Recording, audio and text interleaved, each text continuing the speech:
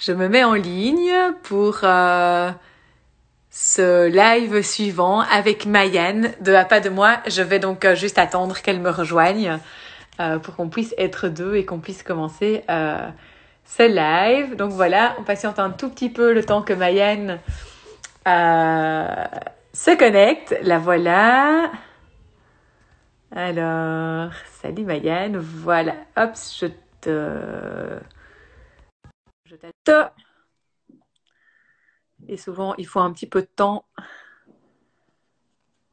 Voilà, connexion en cours. Et voilà, salut Mayanne. Salut! Merci de me rejoindre et d'avoir Mais, accepté mais de rien! ce live ensemble. C'est vrai que ces derniers temps, euh, on s'est bien chargé en live. Hein, c'est super chouette parce que finalement, le fait d'être chez soi à la maison, ça permet de faire plein de lives. De faire plein de choses. Exactement. Alors, écoute, donc j'avais envie de t'inviter pour faire ce live avec toi parce que j'avais envie de clarifier certaines choses avec toi. Enfin, j'avais envie que tu nous expliques. D'abord, explique-nous un petit peu qui tu es, parce que tout le monde ne te connaît pas. Moi, je te connais bien. On s'est rencontrés il y a quoi? Il y a un peu moins d'un an. Ouais, c'est ça. Un peu Je suis moins en train d'un de an. réfléchir. Et tu C'est m'as ça. dit, moi, je suis facilitatrice d'allaitement.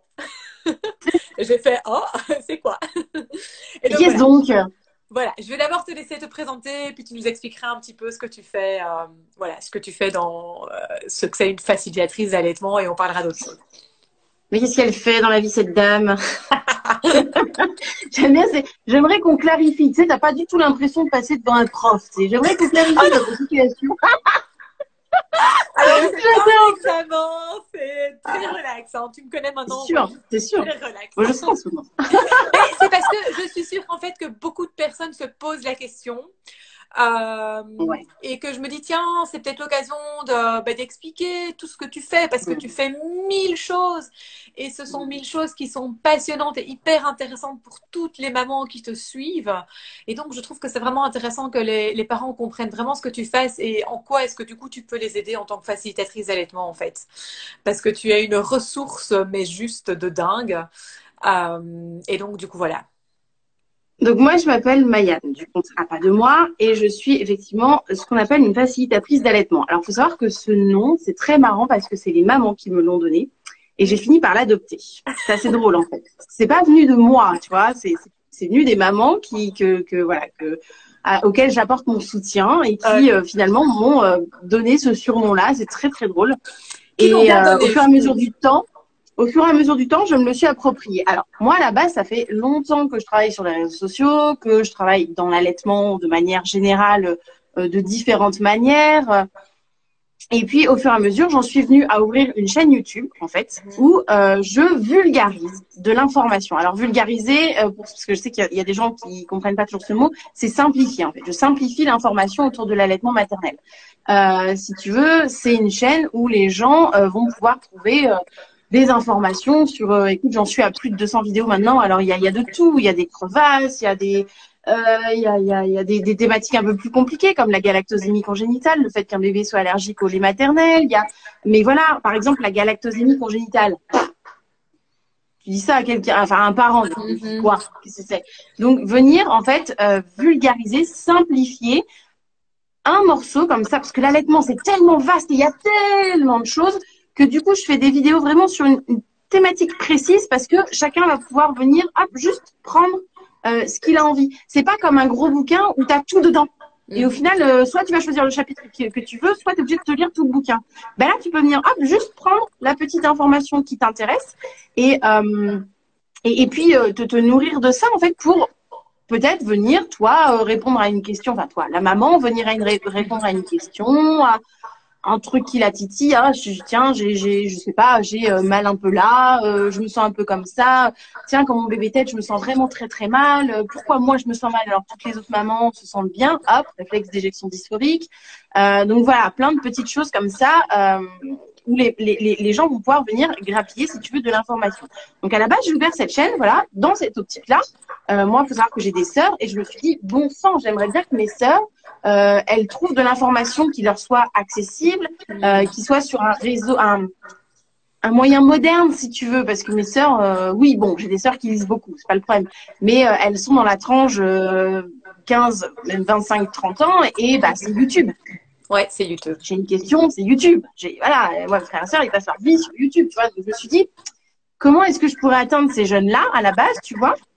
Et donc, de fil en aiguille, donc j'ai ouvert cette chaîne YouTube, et finalement, je m'aperçois qu'une facilitatrice d'allaitement, c'est une personne qui va aider à informer les mamans pour avoir un allaitement en fait plus serein, moins prise de tête, tu vois.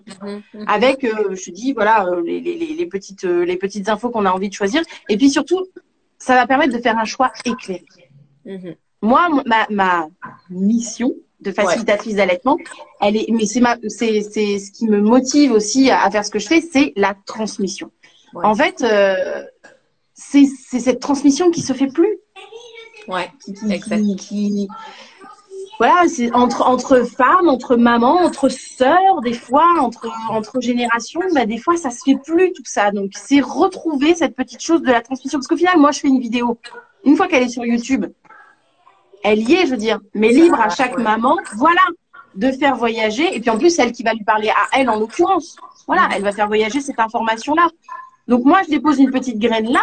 Et puis, finalement, hop, ça va s'éparpiller, et puis ça va atteindre différent parce que j'ai même un truc très très drôle qui s'est passé une fois. J'ai une jeune femme qui était en formation d'IBCLC et qui m'a dit Maïane, il y a un chapitre que j'ai pas compris, il faut que je t'en parle, tu veux pas en faire une vidéo pour le simplifier pour que je comprenne?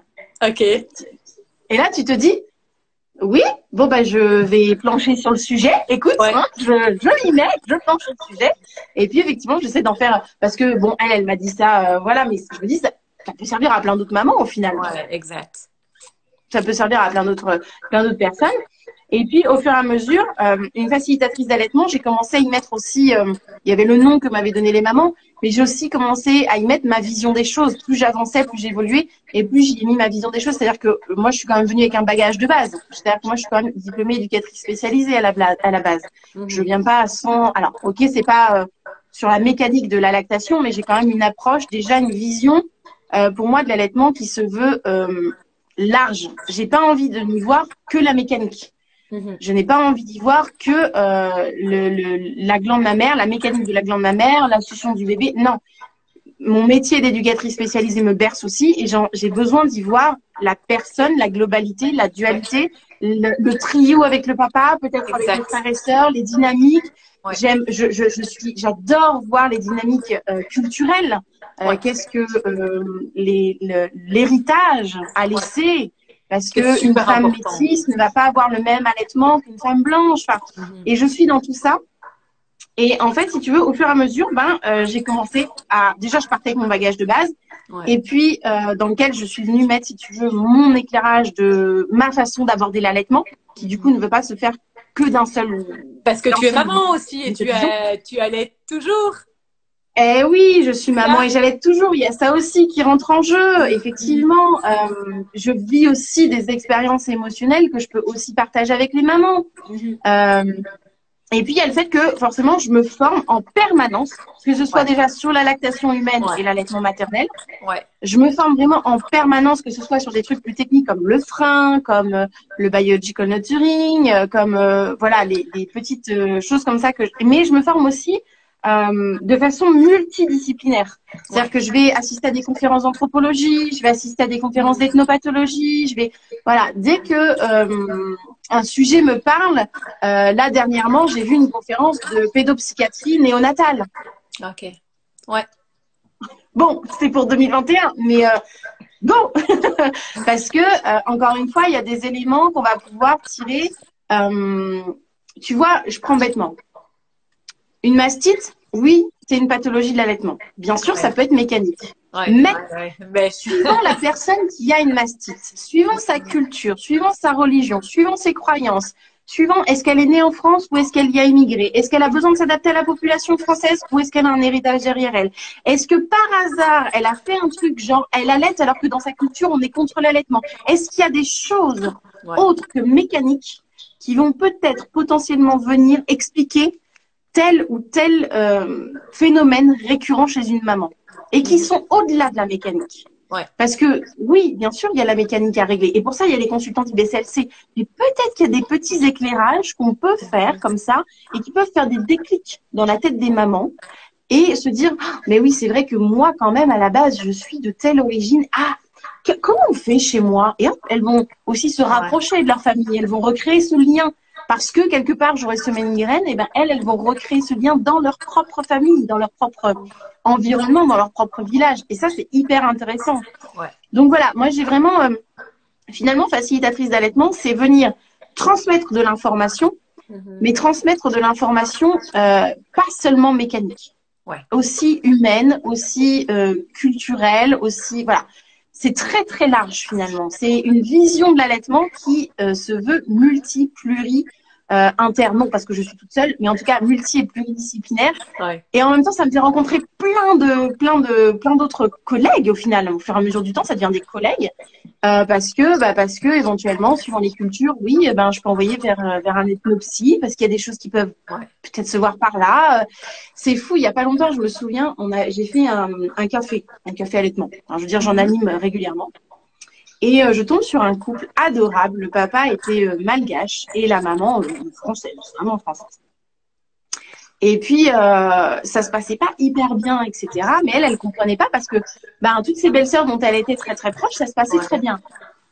Puis on discute. Mais je dis oui, mais vos belles-sœurs, elles sont où? Elles sont à Madagascar. Et là, je regarde monsieur, je fais et ça se passe comment l'allaitement à Madagascar? Parce que moi, je connais pas très très bien. Moi, je connais pas très très bien. Il me dit, chez nous, on allait, on se pose pas de questions. Je dis, ah bon? Je dis, et vous êtes parti en voyage avec madame depuis que vous avez eu bébé? Alors eux, ils étaient en plus dans un secteur très particulier humanitaire, voilà, donc ils pouvaient voyager en plus régulièrement, mais ils ne l'avaient pas fait pour des raisons sanitaires au départ pour le bébé, parce qu'il n'y avait pas les vaccins, etc. Donc ça angoissait un petit peu. Et je lui dis, mais éventuellement, des vacances à Madagascar avec vos belles-sœurs, ça vous tenterait pas? Si, ça me ferait une pause. En plus, on peut travailler là-bas. Si, ça pourrait être pas mal quand il aura ses vaccins faits, etc. J'ai revu cette famille, donc c'était au tout début. Je les ai revus, il y a pas très très longtemps, et ils ont fait un voyage avec leur enfant. Et elle me dit, mais c'est fou, je suis arrivée là-bas. Elle peinait. Cette pauvre maman, elle peinait. Elle me dit, écoute, je suis arrivée là-bas, j'étais en vacances, donc déjà beaucoup plus détendue. C'est ça. Et puis, elle était avec ses belles-sœurs. Et c'était tout le monde dans la case, et hop, tout le monde sort le sein, et puis hop, personne ne se pose de questions. Et puis elle m'a dit, quand j'étais pas très très bien, finalement, j'ai une belle-sœur, très très drôle, j'ai une belle-sœur qui m'a installée plus confortablement. Ouais, exact. Il y a vraiment le sur des notions BN. Le soutien des pères. Voilà. Oui, c'est ça. Et les hommes ne sont pas choqués parce que les femmes sont toutes là en train d'allaiter. Non, ça les a pas choqués. Ouais, c'est ça. Et finalement, elle est revenue vachement plus détendue.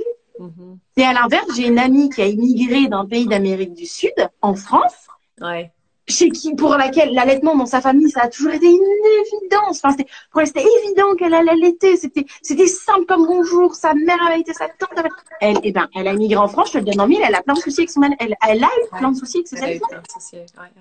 Parce que, déjà, choc culturel, parce qu'elle est venue habiter en France, son amoureux. Et là, tu te dis, et sa maman est venue. Et quand sa maman est venue, ça allait mieux. Parce que sa maman, elle est venue avec tout ce qu'elle avait de leur pays, de leur culture, etc. En disant, mais toi, ma fille, tu restes dans ton canapé, je te fais à manger, tu bouges pas, tu fais rien. T'es fatiguée, il pleure, je le prends en portage, et nanana. Et mamie, elle fait son ménage avec le bébé dans le dos, et nanana. Et c'était réglé. Et voilà. Exact. Et c'était réglé. Mais c'est ce qui est assez intéressant dans la façon dont moi, je peux, en tant que facilitatrice d'allaitement, aborder un peu l'allaitement. C'est finalement avoir cette ouverture au-delà du mécanisme. Le mécanisme, je renvoie à mes collègues IBCLC, c'est leur job, c'est parfait. Mais moi, je peux venir y apporter mes petits grains de sel suivant les formations que j'ai suivies aussi. Voilà, la pédopsychiatrie du nouveau-né, je sens que je vais me régaler parce qu'effectivement, on va y voir les interrelations. Alors, il y a les relations suivant la culture entre la mère et le nouveau-né. T'imagines, le truc, ça va être génial, quoi. Ça va être topissime. Parce qu'effectivement, la façon d'aborder les choses. Comment? Tu nous raconteras, hein? Je pense que je m'en enrichis, je ferai de l'enrichissement et il y en aura forcément des traces. Oui, c'est clair, dans c'est mon clair. boulot. Mais oui, oui. Mais c'est ça qui est hyper intéressant. Par exemple, on parle énormément de poids. Le poids, on en connaît tous les bénéfices, c'est vrai, c'est hyper intéressant, etc. Combien de femmes d'origine, entre autres maghrébine, pour lesquelles c'est une véritable barrière? Ouais. C'est très compliqué d'être nue parce que n'importe qui peut rentrer, parce que c'est pas comme ça. Enfin, la femme se court, il y a une certaine pudeur, il y a voilà. Et donc finalement leur dire ouais non mais attendez, le poids c'est pas une injonction à la nudité, vous pouvez être juste en contact finalement, Exactement, prendre un autre mot. Et là elles se disent ok, je suis pas une mauvaise mère, ok je peux le faire, ok je peux le faire selon ok, j'avais compris qu'il y avait une certaine injonction. Voilà. Replacer aux parents que le cododo, c'est pas le cododo comme on l'a traduit en France, le bébé dans le lit des parents. Un cododo, c'est une chambre partagée. Donc, tu as des parents qui vont te dire non, non, moi je pratique pas le cododo, il a son lit dans notre chambre, mais on n'est pas en cododo. Bah si, c'est du cododo. Ouais, exact. C'est-à-dire que il y a eu une traduction en France à un moment donné qui n'a pas été tout à fait juste. Ouais. Et à partir du moment où une chambre est partagée, même si le bébé a son lit un peu plus loin, c'est du cododo. Mais il faut expliquer tout ça. Autour de ça, il y a tout le point de vue culturel des parents et de la famille. Et combien est-ce qu'il y a de parents qui dorment qui font du cododo avec leur bébé et qui se font, entre guillemets, engueuler par la famille parce que la famille est plutôt justement européenne, alors que dans la culture, c'est OK. Et inversement, des parents qui mettent le bébé dans la chambre. Et puis quand ils rencontrent quelqu'un qui ont une culture beaucoup plus autour du cododo, ils disent mais qu'est-ce que tu fais? Qu'est-ce que tu vas le mettre? Enfin, oui, tout ce qui est culturel joue énormément au niveau de l'allaitement. Moi, je dis toujours l'allaitement, c'est vraiment pour moi, c'est une spécialité à part entière. Tu vois, en médecine, on parle de médecin généraliste, de neurologue, néphrologue, enfin bref. Et pour moi, l'allaitement est vraiment une branche à part entière, tellement c'est gigantesque. Plus dans cette branche, ce qui est intéressant, c'est que tu as tous les côtés mécaniques. Au-delà du mécanique, c'est ça. Et il y a tout le côté, comme tu dis, anthropologique, culturel, bien sûr. Tout ce qu'on veut. C'est gigantesque, en fait, comme domaine. Là, mais c'est énorme. Et c'est là où moi, j'apprécie ma place, entre guillemets, parce que du coup, j'ai des collègues IBCLC, ostéo, chiro, à qui je peux renvoyer sur le côté mécanique. Et tu renvoies beaucoup, en fait, hein. Tu réfères beaucoup. C'est aussi mon job. C'est-à-dire que moi, mon job, il a une limite. Moi, je ne fais pas de consultation. Je peux répondre, oui, à des questions basiques. Voilà, c'est quoi un pic d'allaitement? Ce que je fais avec mes vidéos, hein. C'est quoi un pic d'allaitement? C'est quoi une crevasse? C'est quoi une mastite? À quoi c'est dû? Voilà, je peux répondre. Maintenant, je peux pas être dans le soin. Si tu veux. Moi, je suis dans le factuel. Voilà, c'est quoi? Voilà ce que dit telle étude. Je vais vous traduire telle nouvelle étude parce qu'elle est en langue étrangère et qu'on va l'analyser, machin, tout ça, on va la décortiquer. Mais moi, je fais pas de consultation. C'est ça. Je vais animer des cafés, je vais animer des réunions allaitement, mais je suis pas, je fais pas ça, moi, en fait. Si tu veux, c'est ma limite, en fait. Et c'est là où mon rôle aussi, il est d'avoir un gros carnet d'adresses comme ça. C'est ça. Et puis de faire, alors, tu es dans quel département? Et qu'est-ce qu'il te faut, en fait? Tu sais aussi orienter. Voilà. Moi, c'est ce que j'apprécie beaucoup chez toi, c'est que je trouve que tu connais vraiment bien tes limites et je trouve que tu as cette fibre sensible qui permet d'orienter les mamans de manière vraiment très spécifique et très juste et que tu as un carnet d'adresses gros comme ça qui te permet, voilà, sans aller chercher le pathologique, déjà tu vas pouvoir les accompagner et les soutenir dès le départ. Et puis dès que tu sens que c'est nécessaire, bah, tu vas pouvoir les référer. C'est ça en fait.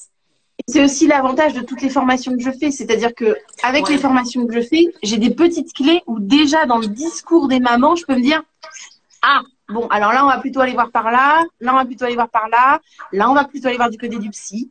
Ça arrive. Là, on va plutôt aller... Voilà. Parce que des fois, il faut savoir que je le dise, Maïane, elle est en formation partout, tout le temps. On la voit dans toutes les formations.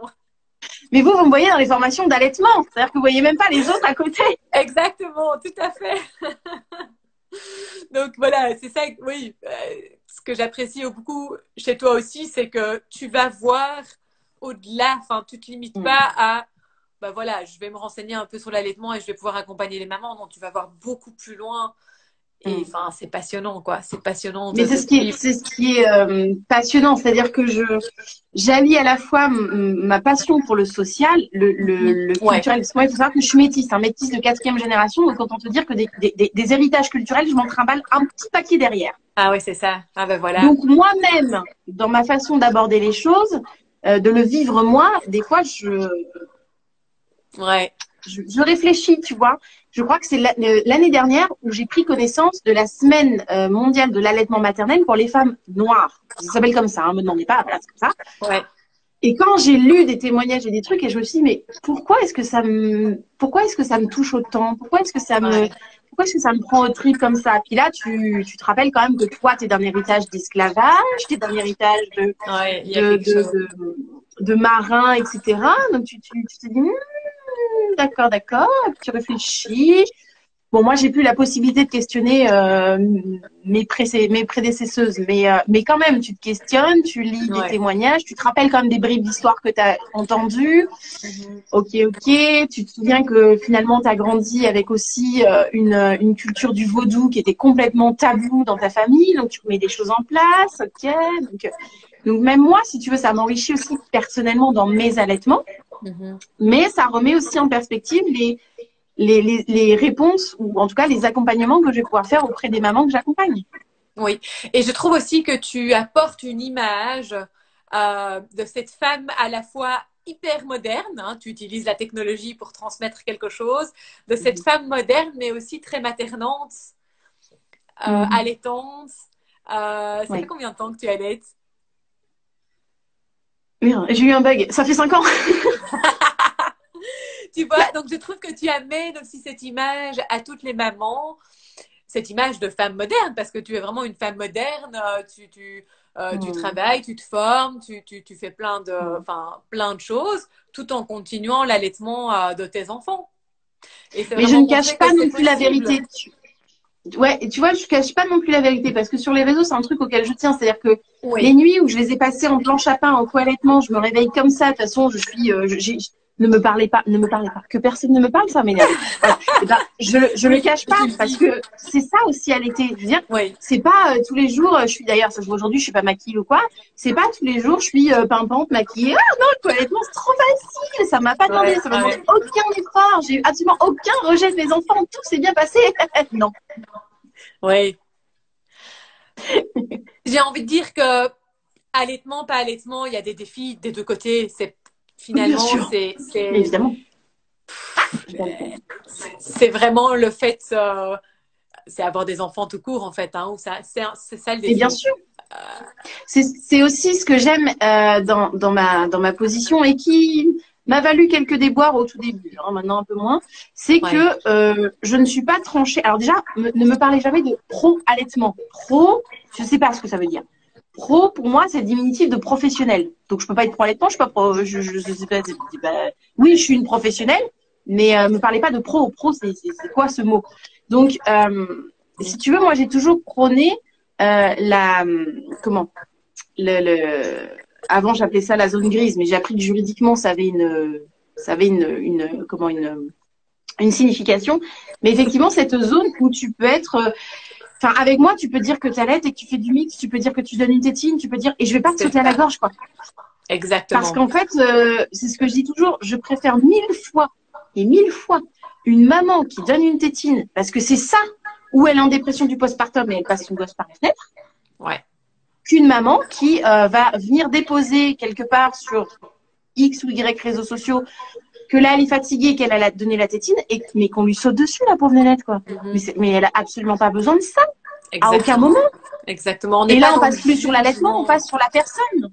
Exactement. C'est pas être dans le jugement, mais c'est être dans l'accompagnement là où on est la maman à l'heure actuelle. Peu importe. Mais bien sûr. Et à l'heure actuelle sur les, alors faut savoir que moi j'ai commencé, en tout cas sur Instagram, j'ai commencé il y a maintenant un peu plus de 2 ans. Et depuis que j'ai commencé, les comptes sur l'allaitement, mais ont fleuri, mais ont une force. Et tant mieux, je veux dire, tant mieux, ça en fait parler. Mais combien de comptes sont ultra agressifs? Ouais. et ne sont pas sont dans l'allaitement, Et ne voient que mais ça. oublient la personne. Exact. Éventuellement, qui écrit derrière l'écran? Peut-être cette maman, elle est en dépression du postpartum. Peut-être cette maman, c'est une ancienne anorexique. Peut-être cette maman, c'est une ancienne femme qui a subi des violences sexuelles. Voilà. Tu vois, par exemple, ça fait partie des sujets que j'aimerais aborder. L'allaitement après des violences sexuelles. C'est très compliqué, c'est très touchy. Hein. Je suis pas encore assez armée pour ça, même si ma communauté me le demande. C'est quand même super chaud, tu vois. Mais je sens que il faut aussi en parler. Tout comme il faut parler du deuil de l'allaitement. Mais je veux pas dire du deuil de l'allaitement quand tu fais un sevrage. Du deuil de l'allaitement quand tu perds ton bébé. Et que tu es là avec ton lait et que tu n'as aucun accompagnement en France. Parce qu'en tout cas, en France, c'est pas accompagné. Ouais, exact. Exactement. C'est toutes ces choses-là où je te dis que je suis pas que dans la mécanique. Ouais, exactement. Non, tout à fait. Et c'est vraiment ce que j'apprécie.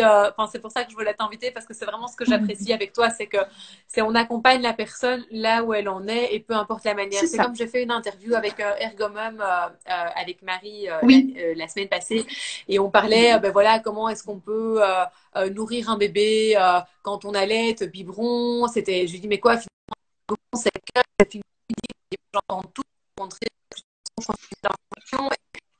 tous des choses différentes. Et en fait, j'ai beaucoup apprécié sa réponse parce qu'en fait, elle me dit, mais peu importe, l'important, c'est que le parent soit à l'aise avec le contenant qu'il a. C'est ça le plus important au départ. Ça bug un petit peu. Ah zut alors. Attendez. Ah voilà, ça a bugué, mais c'est bon. Ça y est. Voilà. Bon. Donc, ce que Marie me disait, c'est vraiment par rapport au contenant utilisé. C'était vraiment surtout d'abord, c'est très bien de dire à un parent, voilà, il faut que ce soit la cup, ou il faut que ce soit le finger feeding, ou il faut que ce soit le dalle, ou que sais-je. Mais si le parent, il n'est pas à l'aise avec ça va juste pas aller du tout. Donc, il faut vraiment, peu importe ce qu'on va, avec la manière dont le parent va nourrir son enfant, l'important, c'est que le parent, l'enfant, que toute cette diade, cette triade aussi avec le papa se sentent accompagnés et se sentent à l'aise avec ce qu'on leur propose. Et c'est eux qui choisissent. Et c'est le plus important parce que donner quelque chose dont la manière dont on n'a pas envie de le faire, ça va pas bien se passer en fait. Et le bébé, il va le sentir. Alors, donc, je sais, hein, je commence à avoir conscience je commence à avoir conscience que j'ai créé un corps de métier de l'allaitement un peu à part entière, si je peux dire. Mais c'est ce qui est. Enfin, après, c'est aussi ce que me renvoient les mamans et que j'apprécie beaucoup. C'est-à-dire que souvent, j'ai des mamans qui viennent me parler après être passées par tel ou tel canal de réseaux sociaux en me disant écoute, je viens me voir parce que je sais que tu ne me jugeras pas. Oui, exact. Mais qui suis-je pour te juger, premièrement? Oui, tout à fait. Mais après, c'est vrai que moi, j'arrive aussi avec ma formation d'éducatrice spécialisée, des groupes d'analyse de la pratique, qu'est-ce que la bonne distance, avec bon, nous on appelait ça les jeunes ou les personnes qu'on accompagnait. Donc voilà, j'arrive aussi avec toute cette déontologie aussi. Parce que voilà, il y a aussi tout. Et c'est aussi ce qui. Pourquoi est-ce que facilitatrice d'allaitement, et j'y tiens finalement maintenant, parce que ça me démarque énormément de tous ces autres comptes sur l'allaitement qui ne sont pas toujours formés, qui n'ont pas conscience de la déontologie, qui n'ont pas conscience de la bonne distance, qui ont du mal avec la distanciation. L'autre n'est pas moi. Ça aussi, c'est une posture professionnelle à avoir, et on l'a pas. Si on n'est pas formé, on l'a pas. Donc encore une fois, il y a voilà. C'est vraiment pour ça qu'au final, je tiens à cette dénomination que m'ont offert. Vraiment, c'est un cadeau des mamans. Et finalement, je la construis et je l'investis de plus en plus de par toutes les formations que je fais et ce que j'avais déjà comme bagage, parce que je m'aperçois que mais c'est pas pour me lancer des fleurs, hein, mais je ne suis pas comme tous ces comptes de mamans qu'on peut croiser à droite à gauche. C'est-à-dire que moi, j'arrive quand même avec un certain bagage. Voilà, déontologie, distanciation, groupe d'analyse de la pratique, remise en cause, formation perpétuelle, parce que déjà, il faut être à jour dans tes connaissances, ça c'est quelque chose dont j'ai rapidement pris conscience. Deux, ça te permet d'avoir voilà, des points de vue, de mettre toujours en biais, plein d'informations, plein de choses différentes dans la façon dont après tu vas accompagner les parents, etc. Donc, voilà, c'est pas rien. Dans l'allaitement, il y a quand même plein de formations possibles. Hein. En fait, il n'y a pas beaucoup de cadres dans la profession. Alors moi, j'entends parler de consultantes, de conseillères. Il y a les marraines aussi. Comment est-ce que les mamans peuvent s'y retrouver un petit peu dans tout ça? C'est pas évident quand même. Alors ça, c'est une vidéo qui doit de toute façon arriver, mais clairement, si tu veux, à force de côtoyer tout le monde, hein, c'est vraiment, après, il y a Ouais, aussi exact. de ce que moi, j'en ai retiré de l'essence de chacune, c'est que tu as les conseillères en lactation. En fait, pour moi, les consultantes, c'est forcément des consultantes IBCLC. Pour moi, c'est Consultante plié. IBCLC. Ouais, ok, c'est ça. Pour moi, Exact. c'est plié. Et Les conseillères en lactation, en général, c'est celles qui ont pour moi soit le DU, soit le DILAB, au minimum. et c'est quoi ce Après, ce sont DU? des accompagnants. DU, tu as le diplôme universitaire qui est à Marseille, qui n'est pas tout à fait le même que le diplôme interuniversitaire de lactation humaine et d'allaitement maternel. Il y a des petites chouilles de différence. Et ça consiste en quoi comme formation? C'est après ça, ce sont des personnes qui consultent, qui Ouais, diagnostiquent. Oui, c'est ça. il y en a qui peuvent. Ouais, ouais. Souvent, c'est moi, par exemple, ma sage-femme, elle a le DILAM ici. Ok. Elle a le diplôme interuniversitaire de lactation humaine, ce qui fait que ça lui mène un petit plus dans sa pratique de sage-femme, si tu veux. Ouais, ouais, ok. Alors, c'est plus sur le volet médical, par exemple, hein, mais Ouais, ça reste quand même qu'elles ont des bases, si tu veux. ouais. Peut-être pas aussi poussées que pour d'autres formations, mais elles ont des bases qui peuvent aussi leur donner accès à d'autres formations. Aussi, c'est toujours Ouais, pareil, ouais. hein, dans l'allaitement, Ouais, c'est ça. c'est toujours aux personnes qui encadrent l'allaitement de se former par elles-mêmes. Ouais, ouais, exact. Et pour moi, après, toutes les autres, ce sont. Alors, bon, les marraines, en général, il n'y a qu'une seule association qui appelle des marraines. Hein. Donc, marraines, animatrices, voilà. Tout ça, ce sont des personnes qui sont bénévoles au sein d'associations Ouais, et qui ont des bases plus ou moins solides suivant l'association. ouais, ouais. Ça dépend des associations. Il y a des petites bases et elles sont là pour soutenir les mamans. C'est ça, hein. Voilà. On a dans une Accompagner. idée de soutien, de mère à mère, de recréer un village, de se transmettre. Elles ont des petites bases d'information, mais elles ne doivent pas oublier qu'elles ne sont pas professionnelles et donc elles doivent réorienter au C'est maximum ça. si jamais il y a une problématique. J'ai envie de te dire, parfois même plus que ce que moi je fais. C'est-à-dire que moi, je peux parfois aller plus loin. Ouais, ouais, ouais. Après, c'est suivant les formations de chaque association. De chacune, hein. Il y a Ouais, des c'est ça. associations qui ne forment pas non plus. Voilà, qui sont juste dans un échange de, Un voilà, échange, tiens, un échange voilà, on va te d'expérience trouver. aussi. C'est ça, un échange d'expérience, mais ce qui est très bien aussi. C'est-à-dire, Oui, oui, il y qui a est nécessaire parce que comme tu mais dis, oui, on est dans une époque où on ne voit plus les autres allaiter. Et donc, du coup, ça permet de voir quelqu'un qui a allaité et qui va pouvoir soutenir. et puis souvent, dans les groupes de mère à mère, tu as des groupes aussi qui peuvent se former en fonction des ethnies et des cultures. Ah oui, c'est C'est ce qui est ça. Oui, intéressant aussi. oui, Donc d'avoir finalement, elles se quelqu'un. retrouvent dans quelque chose qu'elles avaient perdu. Et ça, c'est hyper intéressant. Il y Ouais, avait une ouais. étude qui avait été menée qui disait que de toute façon, il y avait plus de résultats dans le soutien de mère à mère Oui. que parce qu'en fait, les gens connaissent plus, les mamans connaissent plus ça qu'avec les professionnels. Alors, désolée pour Exact. vous, mais c'est ce qu'avait révélé l'étude. Non, tout à fait. Moi aussi, j'ai lu cette étude qui montrait que vraiment le soutien de mère à mère était exceptionnel. Donc, Euh, c'est pas, si tu veux, sans parler de formation des uns ou des autres, c'est pas à négliger. Ça reste un atout. Moi, ouais, ça peut m'arriver de dire à des mamans, mais il n'y a pas quelque chose près de chez toi où tu peux rencontrer d'autres mamans, ça se ferait ouais. bien, sortir de l'isolement, rencontrer d'autres mamans.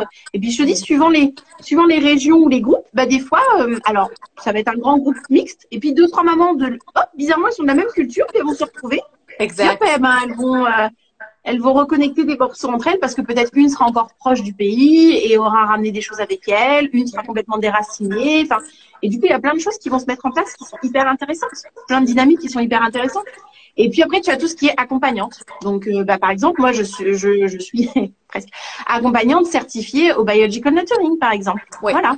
ouais. Donc, par exemple, alors, par rapport aux freins, je me considère accompagnante aux freins dans le sens où je sais détecter des choses, je sais les voir, je peux expliquer des choses aux mamans. Après, je vais renvoyer vers mes collègues qui, eux, interviennent, vraiment. Enfin, qui Ouais, font les exercices pré, post-rénaux, etc. Donc, exact. voilà, mais déjà, je peux accompagner, je peux expliquer pourquoi le bébé réagit peut-être comme ça, pourquoi il a du mal à se faire toucher. Voilà, des choses qu'on a vues ensemble en formation, je vais pouvoir Ouais, l'expliquer aux mamans.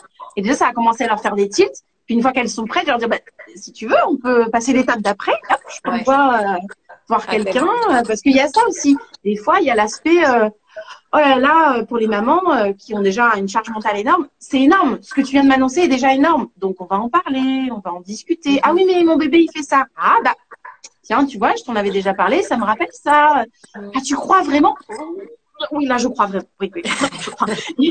Et voilà, et tout doucement, on va en parler. Puis finalement, ça prépare les mamans aussi. Mon rôle aussi, il est de préparer les mamans aux étapes suivantes. Ouais, exact. Quand il y a vraiment des grosses problématiques, c'est vraiment aussi ce côté de, mais ce qu'on fait aussi en tant qu'éducateur spécialisé, hein, de préparer le parent aux étapes suivantes. Et ça, c'est vraiment quelque chose que je ramène aussi de ma pratique d'éducatrice spécialisée, c'est ce côté, voilà. Ok, il y a une problématique du côté du bébé, par exemple. Et puis, je vais beaucoup discuter, beaucoup démystifier, beaucoup apaiser, beaucoup rassurer. Et puis, de fil en aiguille, le parent, il est prêt à passer à autre chose. Voilà. Et hop, on peut aller un peu plus loin.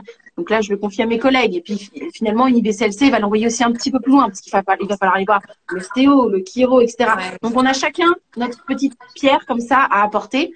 Et puis faire connaître le métier d'IBCLC aussi. Ça fait partie de… Ça montre vraiment bien que l'allaitement, c'est vraiment vaste, que c'est du multidisciplinaire. Que la première chose à faire, c'est de revenir dans la physiologie, hein, ça c'est sûr, aussi de remontrer ce qui est normal, juste ça. Vraiment d'accompagner, de soutenir, c'est vraiment mettre le village en place aussi. Enfin, c'est voilà. C'est ça. Tout ça, ça parle d'allaitement. Déjà commencer par mettre le village en place. C'est déjà énorme, quoi. C'est déjà énorme. Je suis l'office du tourisme de l'allaitement, tu vois. Oui, je pense que ça résume bien les choses, en fait. Oui, c'est vraiment ça, oui. C'est-à-dire que moi, je connais tous les petits coins partout, tout plein de domaines différents. Après, j'accueille la personne, c'est alors, de quoi avez-vous besoin? Exactement. Dis Maïane, alors je suis une maman, je suis enceinte et je cherche des informations sur l'allaitement. Je peux aussi aller voir ton blog, je peux aussi aller voir ta chaîne YouTube et c'est vraiment bien sûr, il y a aussi, c'est ça, s'informer. Là, maintenant, on a mis en place une plateforme avec d'autres consultantes IBCLC sur lesquelles il y a des consultations prénatales. Donc, voilà, il y a tout un tas d'outils en plus que j'amène, voilà, que j'offre aux mamans parce que vraiment, je le fais vraiment. C'est pas ma partie sous. Voilà. Mais c'est vraiment tout un tas d'outils que j'amène aux mamans. YouTube, les podcasts arrivent, le blog est là, la plateforme maintenant où elles peuvent trouver aussi des professionnels qui viennent de se développer. C'est quoi le nom de cette plateforme? Tu peux le dire comme ça, les mamans qui nous écoutent peuvent aller voir. Ouais, c'est la Gaïa Family, effectivement. Alors pour l'instant, il y a 2 consultantes IBCLC. Tout ce qui est allaitement sera toujours de toute façon géré par les IBCLC, mais il y a d'autres professionnels. On est en train de travailler avec d'autres professionnels qui arrivent pour accompagner la femme enceinte, aussi bien que la mère allaitante, aussi bien que la maman qui donne un biberon mais qui a besoin de prendre soin d'elle aussi. Il y aura aussi quelque chose de l'ordre de même avant la grossesse, puisque on va mettre en place normalement des tentes rouges pour les femmes aussi, pour que déjà avant même la grossesse, elles recréent ce cercle de féminité. Donc, il y a tout ça qui est en travail. L'allaitement commence avant la grossesse, hein, on est d'accord? Bien sûr. L'allaitement, ça commence. L'allaitement, concrètement, l'allaitement. Quand l'enfant naît, enfin, j'ai envie de dire que quand je vois ma fille qui me voit allaiter, elle a 6 ans, ben, en fait, ça fait déjà presque 6 ans enfin, avec l'allaitement de ses grands frères et ses grands sœurs, ben, en fait, je suis déjà en train de la préparer à son futur allaitement, en fait, parce qu'elle me voit. Alors, toi, tu prépares tes enfants à un futur allaitement, mais toi, tu t'es préparé. Moi, je vais prendre mon cas. Ça fait 34 ans que je me prépare à l'allaitement. Ça fait 34 ans que j'ai une glande mammaire. Je suis née avec. Voilà, exactement, aussi. Ouais. Donc, il y a tout ça. Donc, l'allaitement, ça se travaille. Et la glande mammaire, il faut en prendre soin. Hein. C'est vraiment quelque chose où il faut y en prendre soin, oui, bien avant. Ça aussi, ça fait partie de mes combats où, si tu veux, l'allaitement, quand j'entends les mamans parler, quand je discute avec elles, l'allaitement, c'est toujours le bébé. Elles s'oublient, elles s'ignorent même, et elles savent pas qu'elles savent pas. Exact. Elles savent pas qu'elles ont elles aussi tout un taf à faire sur leur propre corps. Exactement. Ça, c'est important aussi.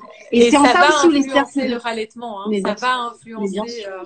C'est en ça où les cercles de femmes sont intéressants parce que tu te reconnectes à ta féminité, tu te reconnectes à ton corps avant même d'être enceinte, avant même d'être maman. Tu as tout ce travail de reconnexion à ton corps et tu te dis, ok, je suis aussi moi, tiens, j'ai un utérus, j'ai un vagin, j'ai des seins, à quoi ça sert? Je peux m'observer, on fait plein de choses dans des tentes rouges, par exemple, où on se reconnecte aussi en tant que femme. Et se reconnecter et se reconnaître dans son corps en tant que femme avant même d'être enceinte, déjà, on balaye déjà un bon parti du job. On prépare vachement bien le terrain, hein, c'est Eh clair. oui, Je vais regarder Mayanne s'il y a des questions. Alors attends, je t'en prie.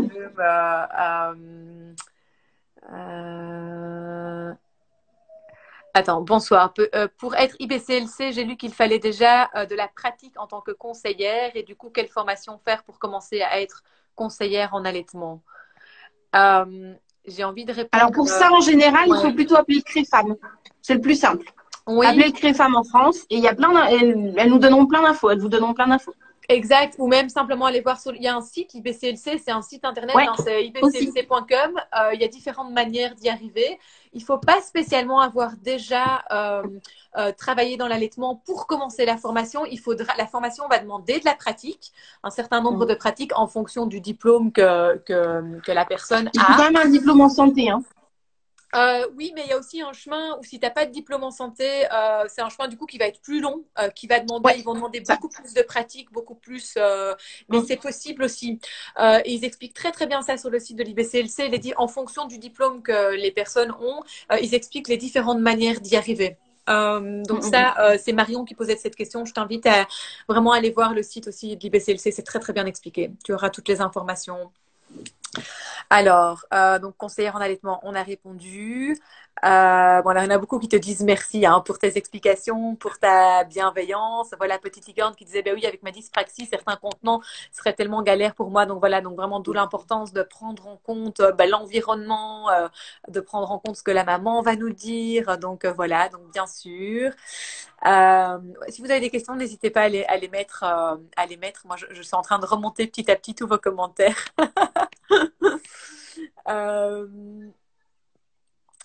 Euh, je dis, Dorine qui dit, je dis toujours aux mamans que ce n'est pas l'allaitement qui est fatigant, mais bien le fait d'avoir des enfants. Et Ah, mais bien c'est sûr. vrai hein, que ce soit. Mais après, tu vois, par exemple, je te laisse remonter, hein, mais Oui. si on voulait reprendre les choses, en tout cas en France, on commencerait par les cours de sciences au collège. C'est-à-dire qu'on parle de sexualité à des jeunes dans un âge où c'est pas du tout le moment. Alors, pas du tout. Ouais. Dans des classes mixtes, donc autant te dire que le tabou s'installe encore plus. En plus, ça ne prend pas en compte les familles de chacun, comment c'est abordé, les cultures, etc. Hein, et on ne leur parle que de reproduction, c'est-à-dire qu'on ne leur parle même pas de leur corps. On leur dit juste ceci va là pour faire un bébé. Les menstruations, c'est assez relativement balayé, ou en tout cas, on te l'explique de façon très mécanique. Je suis désolée, hein, mais on n'apprend pas aux jeunes filles à se regarder. Non. C'est limite, c'est tabou ce sang-là. C'est bon, bah vous avez vos règles, hein, voilà. Pendant ce temps-là, t'as tous les garçons de la classe qui se marrent, hein. Puis t'as celle qui a ses règles avant tout le monde, qui est là au fond de la classe, qui est comme ça. Oui, et puis quand c'est le jour de la piscine, on est sur le banc en train de regarder les autres qui nagent. Voilà, je me suis tordu la cheville hier. On l'a tout fait, hein. Voilà. Donc, j'ai un très très grand regret, je me baigner. Donc voilà, si tu veux, c'est parler à un très très mauvais moment. Donc si tu veux, on pourrait reprendre des choses, mais on pourrait les reprendre vraiment longtemps à l'avance. Là où moi je trouve avec mes enfants en plus, voilà, où on est très ouvert sur les discussions, etc. Et ben tu vois, des questions sur les règles, ils m'en posent quasiment plus. Alors moi, il faut savoir que j'utilise une cup menstruelle, que du coup, bah ma fille, elle a 2 ans, autant te dire que faire pipi en solo, c'est un rêve. Donc bah, quand j'ai mes règles, elle est là. Elle le voit exactement. Elle le voit, et moi je me suis vue sortir des planches anatomiques, les trucs que tu étudies en cours, les trucs bien complexes, pour expliquer à ma fille où c'est, qu'est-ce qui se passe, pourquoi. Et moi, ma fille, elle sait que alors, ce qui est très drôle, c'est que la dernière fois, puis j'y mets. Tu te rappelles que le sang, c'est la vie. Et Mario fait non, que le sang qui sort de ma vulve, maman. C'est vrai. C'est exact. Ailleurs, ça peut causer des dommages. Exactement. Hein. Dès que l'enfant est en demande, il faut tout de suite foncer et pas dire tu es trop petit et voilà. Mais ma fille, à 3 ans, elle a conscience qu'elle a une vulve, elle a conscience qu'elle a un utérus, elle a conscience qu'elle a une glande mammaire qui est en développement. C'est-à-dire que souvent, elle s'amuse à faire téter ses bébés et puis elle me dit non mais je sais, hein, c'est pas prêt, maman. Donc, mais c'est très drôle. Et elle y est ouverte maintenant. C'est maintenant qu'elle y est ouverte. C'est maintenant qu'elle me fait ses demandes. Et c'est intéressant de le faire maintenant. Donc, surtout, mon fils m'a posé aussi des questions techniques sur le pénis. Ah, bon. Et ben, c'est maintenant qu'il faut y répondre parce que il y a un âge où finalement, ils vont vouloir découvrir leur corps pour eux. Et il faudra leur laisser cette bulle-là. En tant qu'adulte, ce qui est très intéressant, et je me souviens, j'avais appris ça au cours, mais c'était un cours à ce moment-là vraiment extraordinaire. La prof nous disait, ben déjà, en tant que parent, c'était une conférence que j'avais, enfin bref, je sais plus. Mais en tant que parent, on se dit, mais tiens, moi, comment je me sens quand je prononce le mot pénis, quand je prononce le mot sein, quand je prononce le mot sexe, quand je prononce le mot, enfin bref, tout ce qu'on veut, amour, et déjà rien que nous, en tant que parents, se sentir déjà à l'aise avec tout ça. Et en fait, une fois qu'on se sent à l'aise avec ça, on se sentira beaucoup plus à l'aise avec les enfants, en fait. Et que Mais eux bien se font sûr. les mots comme des autres. Et quand ils sont en demande et qu'il y a des photos ou quoi que ce soit, ben, en fait, c'est juste de prononcer les bons mots à la bonne place. C'est ça. Oui, et comme tu dis, c'est déjà préparé l'allaitement chez les Mais petites il peut y filles. avoir des réactions extrêmement drôles. Alors, moi, je me souviens dans ma famille, une membre de ma famille, les garçons prennent leur bain ensemble, donc ils étaient très petits, parce que j'attends encore ma fille, c'était très petit. Et puis, je dis à mon fils, écoute, lave ton pénis. Et il y a eu un espèce de couac de blanc, et cette personne m'a regardé. Ouais. Et tu lui as dit quoi? Bah, je lui ai dit, lave ton pénis, pourquoi? Et là, limite, tu sentais entre l'agressement et le désemparement du. Mais pourquoi tu lui dis ça? Ouais. Bah, parce qu'en fait, techniquement, il a un pénis. Hein. Je veux dire, je n'ai pas inventé le mot. Il a un pénis. Et en fait, elle m'a dit, mais tu lui casses toute sa. Comment elle m'a dit ça? Tu lui casses toute sa naïveté ou un truc dans le genre. Et moi, et là, c'est moi qui ai eu un blanc et je l'ai regardé. Je fais. La quoi? Bah non, en fait. Ouais. J'ai pas compris comment ça. Bon, après, on en a discuté parce que c'est quelqu'un de ma famille avec qui je peux discuter de plein de choses, qui n'est pas toujours d'accord. On n'est pas toujours d'accord, mais on peut discuter de plein de trucs. Et donc, on a discuté de ça. Mais c'était très rigolo. Elle a été choquée du mot pénis. Et moi, j'étais choquée du fait qu'elle me dise, tu lui casses sa naïveté. Non, son enfance, je crois, un truc comme ça. Ouais. Bon, ça, je ne comprends pas. Et pareil avec les petits garçons, parce que le fait de parler de glandes mammaires, enfin d'allaitement, de sein, etc. avec les petits garçons, enfin, je veux dire, c'est aussi les préparer à accueillir une future conjointe qui va allaiter. Enfin, voilà, c'est pas que, ça ne concerne pas que les filles, ça concerne aussi les garçons. C'est vraiment, c'est important parce que le papa, il Et ce qui est très drôle, parce que mon fils a 5 ans, régulièrement, quand on parle d'allaitement ou de glandes mammaires avec ma fille ou quoi, je me dis, il écoute rien, ils sont car les steaks, il a compris que pour un mec.